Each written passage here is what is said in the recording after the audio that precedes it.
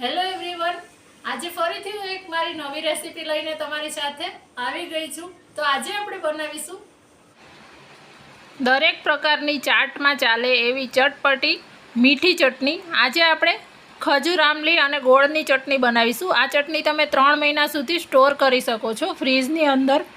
તો એના માટે મેં અત્યારે એક વાટકીથી માપ લીધું છે અને અડધી વાટકી મેં અત્યારે આમલી લીધી છે અને 1 વાટકી ખજૂર લીધો છે. તમે ખજૂર ના લેવો હોય અને ખાલી ગોળથી લેવી હોય તો એ રીતે પણ બનાવી શકો છો. આગળ હું એનું માપ પણ કહીશ. અત્યારે પહેલાં આપણે ખજૂર અને આમલીને બાફી લેવાના છે. અત્યારે આપણે ક્વિક બનાવીએ છીએ એટલા માટે અત્યારે બોઇલ કરી લઈએ છીએ. જો તમારી પાસે સમય હોય તો 1 કલાક ગરમ પાણીમાં આ બેવને પલાળીને રહેવા દેવાના તો પણ ચાલશે. અત્યારે આપણે એને બાફી લઈએ છીએ. તો કુકરની અંદર આપણે 2 ગ્લાસ પાણી લેવાનું છે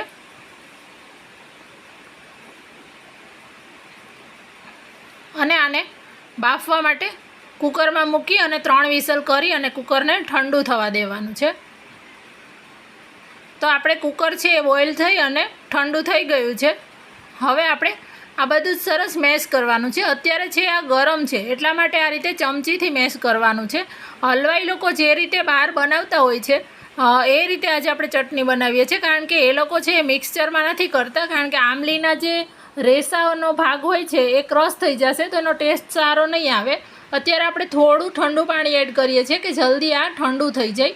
અને તમે જોઈ શકો છો કે આમાં પાણી હજી ઓછું છે એટલા માટે બહુ વધારે પાણી એડ નહીં કરી દેવાનું, જોતા પ્રમાણે જ એડ કરવાનું. અને ખજૂરના કારણે થીક પણ સરસ લાગશે, સરસ બનશે અને હાથેથી આને સરસ ચોળી અને કરી શકો છો. અત્યારે ગરમ છે એટલે એક વખત આપણે અત્યારે પહેલાં આને ગાળી લઈએ છીએ. તો આ રીતે મેં ગળણી લીધી છે અને એને ગળણીની મદદથી સરસ ગાળી લેવાની છે. આપણે આ બધું જે ખજૂર અને આમલી છે એને આની અંદર લઈ લીધા છે અને આ રીતે પ્રેસ કરતાં કરતાં ગાળતું જવાનું છે. એમાંથી ખજૂરનો સરસ પલ્પ છે એ નીકળશે.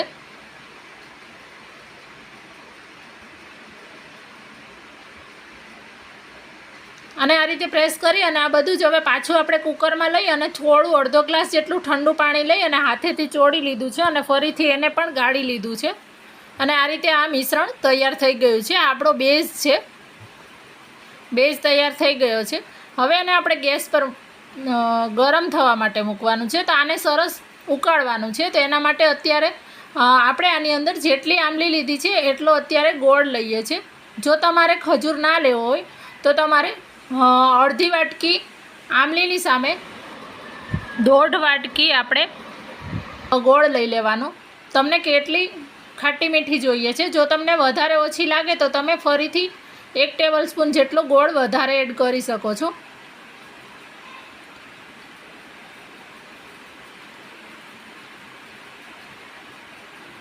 હવે આને સરસ ઉકાળવાની છે. ગોળ છે એ આપણો મેલ્ટ થવા લાગ્યો છે. આને ઉકાળી અને ઉપર જે ફીણાનો બધો જ ભાગ છે એ જતો રહે ત્યાં સુધી એને ઉકાળવાનો છે. અને આ મિશ્રણ છે એ થીક થાય એટલે આપણે ગોળની ચાસણી થઈ જશે, થીક થશે એટલે. અને ઠંડુ થતાં હજી વધારે થીક થશે. જો તમે અત્યારે જ એનો લુક બહાર જેવો જ આવવા લાગ્યો છે અને આ ઉકળે છે ત્યારે એનો સ્મેલ પણ એટલી સરસ આવે છે. હવે આને આપણે એકદમ સરસ ઉકાળી 4 થી 5 મિનિટ આને સરસ ઉકાળવાનું છે. અને હવે એમાં મસાલા કરી દઈશું થીક થઈ જાય એટલે. તો આપણે અડધી નાની ચમચી મીઠું લીધું છે. ત્યાર પછી અડધી ચમચી લાલ મરચું પાવડર લેવાનું છે. આ આપણે મીડિયમ તીખું હોય એવું મરચું લેવાનું છે. તમે કાશ્મીરી લાલ મરચું પણ લઈ શકો છો. ત્યાર પછી આપણે આની અંદર સંચળ લેવાનું છે. તો અડધી નાની ચમચી જેટલું સંચળ પણ લેવાનું છે. સંચળથી આનો ટેસ્ટ ચટપટો એકદમ સરસ લાગશે કોઈ પણ ચાટમાં આ એડ કરશું ત્યારે. હવે આની અંદર અડધી નાની ચમચી સૂંઠ પાવડર લેવાનો છે. આ ખૂબ જ ઇમ્પોર્ટન્ટ છે. બહાર જ્યારે આપણે ચાટમાં ચટણી ખાતા હોય ત્યારે આની અંદર સૂંઠ પાવડર અને વરિયાળી પાવડર, આ આપણે અડધી ચમચી વરિયાળી પાવડર લીધો છે. આ 2 વસ્તુ એડ કરતા હોય છે. એનાથી આ ચટણીનો ટેસ્ટ એકદમ સરસ લાગતો હોય છે. હવે આ બધું જ સરસ મિક્સ કરી લેવાનું છે. અને આ બધા મસાલા છે એને એકાદ ઉભરો આવે ત્યાં સુધી એને બધું ઉકળવા દેવાનું છે. તમે જોઈ શકો છો અત્યારે જ આપણી ચટણી છે એ કેવી સરસ ઠીક થઈ ગઈ છે. અને હવે લાસ્ટમાં આપણી ચટણી ઉકળી ગઈ છે. અને હવે લાસ્ટમાં આપણે આની અંદર મગજતરીના બી એડ કરવાના છે.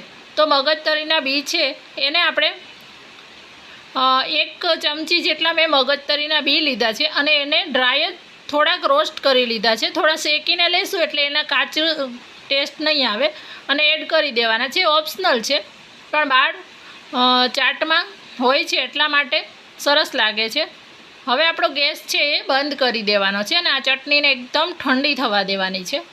આપણી આ ચટણી એકદમ ઠંડી થાય પછી એને એરટાઇટ કાચની બોટલમાં ભરી અને ફ્રીજની અંદર 3 મહિના સુધી સ્ટોર કરી શકાય છે.